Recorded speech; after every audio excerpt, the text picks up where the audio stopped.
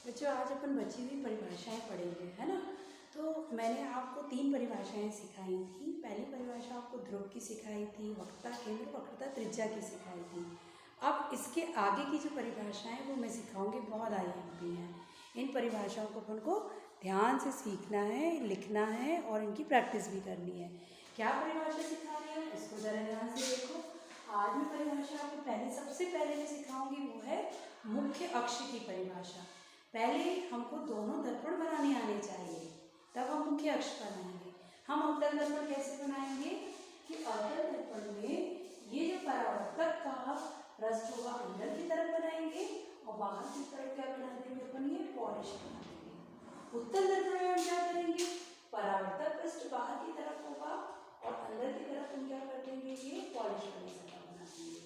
तो ये पहचान हो गई, ये वाला दर्पण हो गया, बोलिए हमारा अवतल दर्पण हो गया, ठीक। और ये वाला दर्पण हमारा क्या हो गया, बोलिए उत्तल दर्पण हो गया। सबसे पहले हम अपनी स्केल से इन दोनों को बनाना सीखेंगे। फिर मैंने आपको जो परिभाषा दी थी वो दी थी आपको ध्रुव और वक्रता केंद्र, वक्रता त्रिज्या की। गोलीय दर्पण जिस गोले का भाग है उसी की त्रिज्या दर्पण के लिए वक्रता केंद्र, जिसे C से प्रदर्शित करेंगे, ठीक। परावर्तक पृष्ठ के मध्य बिंदु को ध्रुव कहते हैं, इसे P से प्रदर्शित करेंगे। P से होकर C तक जाने वाली रेखा को अपन वक्रता त्रिज्या कह रहे थे, PC बराबर वक्रता त्रिज्या R। अब हमको मुख्य अक्ष सीखना है। मुख्य अक्ष क्या हो गया कि ध्रुव और वक्रता केंद्र से होकर जाने वाली सरल रेखा, ध्रुव और वक्रता केंद्र से होकर जाने वाली सीधी एक सरल रेखा, ये ध्रुव है और ये वक्रता केंद्र से होकर जाने वाली ये सरल रेखा, इसी सरल रेखा को अपन नाम क्या दे देते हैं, दर्पण का मुख्य अक्ष।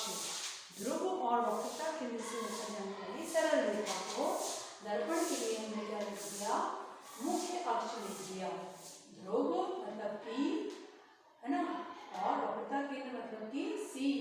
P और C से होकर, वक्रता केंद्र से होकर जाने वाली सरल रेखा, जाने वाली सरल रेखा, है ना, सरल रेखा को हम नाम क्या दे देते हैं, मुख्य अक्ष कहते हैं।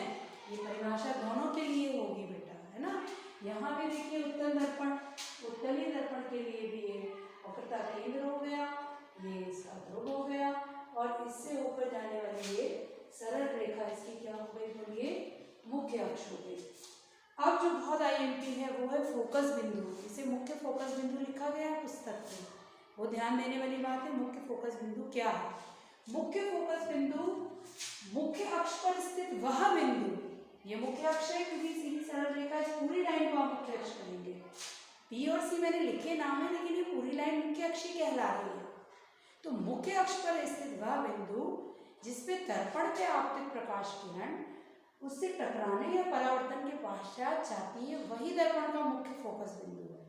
ये परिभाषा दोनों दर्पण के लिए अलग होगी।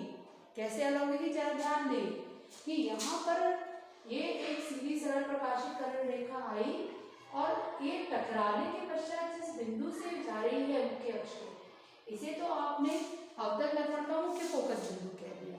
तो अवतल दर्पण के लिए यदि मुख्य फोकस लिखेंगे तो हम लिखेंगे अवतल दर्पण, अवतल दर्पण के मुख्य फोकस पर, मुख्य अक्ष पर स्थित वह बिंदु, मुख्य अक्ष पर स्थित वह बिंदु जिससे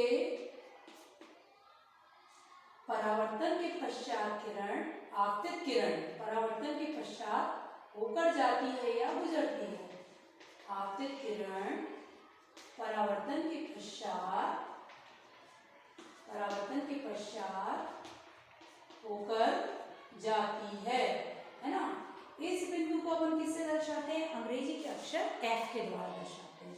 तो इस बिंदु को अपन किससे दर्शाते हैं, F द्वारा प्रदर्शित करते हैं, F के द्वारा। लेकिन ये परिभाषा बेटा, ये अवतल दर्पण के मुख्य फोकस पर स्थित बिंदु है ना, ये उत्तल के लिए परिभाषा बदल गई। कैसे बदल गई, उत्तल के लिए क्या होगा कि जो प्रकाशित किरण यहाँ पर आई वह प्रकाशित किरण को क्या करेगा, यहाँ पर फैला देगा, है ना। तो ये किरण जाती नहीं है, इसे हम डॉटेड लाइन से बनाएंगे, इस तरीके से डॉटेड लाइन से जाती हुई प्रतीत होती है। ये किरण का पथ देखिए, यहाँ मैंने डॉटेड लाइन नहीं बनाई, यहाँ डॉटेड लाइन बनाई है।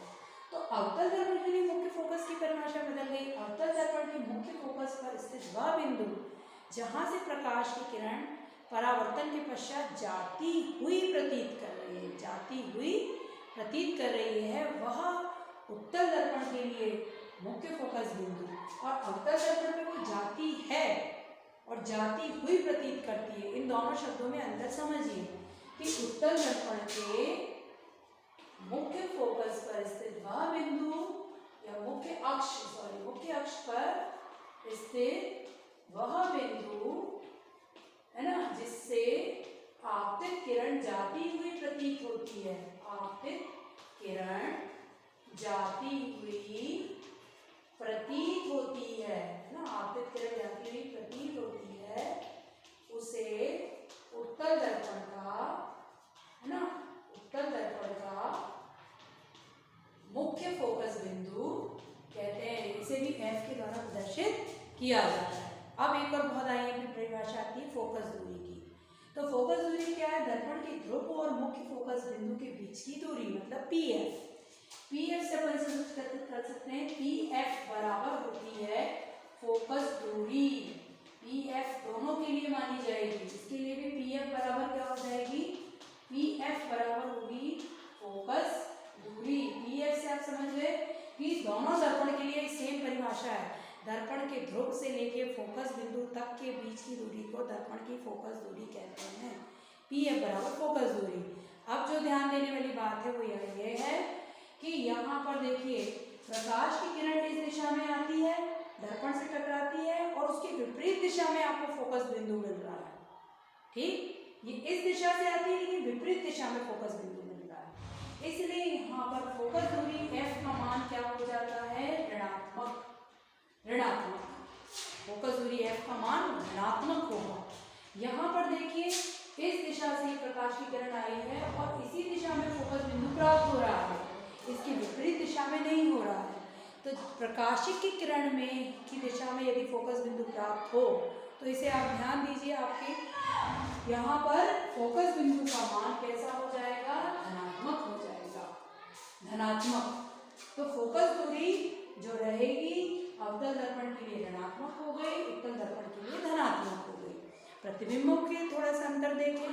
प्रतिबिंबों में अंतर देखें कि एक प्रश्न आएगा कि परीक्षा में कौन सा दर्पण सदैव ही सीधा और आभासी प्रतिबिंब बनाएगा, तो उसके लिए आप उत्तर क्या देंगे? उत्तल दर्पण। उत्तल दर्पण जो रहता है सदैव इससे प्रतिबिंब कैसा बनता है? सीधा और आभासी, और वस्तु से छोटा मिलेगा, वस्तु से छोटा। एक प्रश्न आता है कौन सा दर्पण और कौन सा नहीं सदैव सीधा और आभासी प्रतिबिंब बनाता है? सदैव सीधा और आभासी प्रतिबिंब कौन सा दर्पण और लेंस बनाता है? तो दर्पण क्या लिखेंगे? उत्तल दर्पण।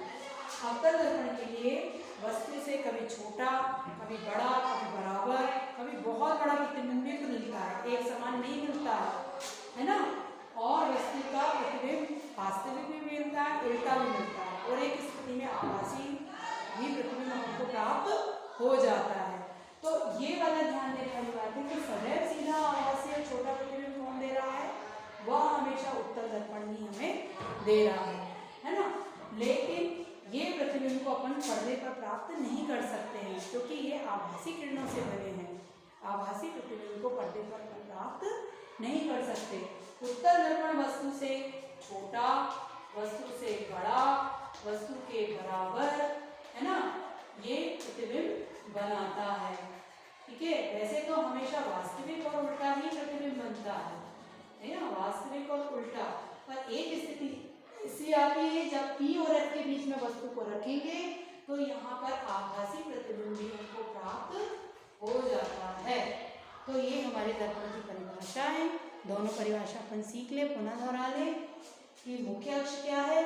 वक्रता केंद्र ध्रुव को मिला के सरल रेखा को अपन मुख्य अक्ष कहेंगे। दोनों दर्पण में समान परिभाषा।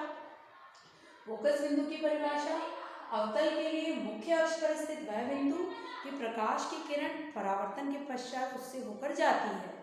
उत्तल के लिए मुख्य अक्ष पर स्थित वह बिंदु कि परावर्तन के पश्चात वह किरण उस बिंदु से जाती हुई प्रतीत होती है। ठीक, दोनों के लिए फोकस दूरी समान होगी कि ध्रुव और फोकस बिंदु के बीच की दूरी मतलब पीएफ बराबर फोकस दूरी। लेकिन धनात्मक ऋणात्मक पे ध्यान दीजिए कि उत्तल दर्पण के लिए फोकस दूरी धनात्मक होगी, अवतल के लिए यही फोकस दूरी ऋणात्मक होगी। तो आज इतना ही पढ़ाएंगे, कल आपको आवर्धन पढ़ाएंगे।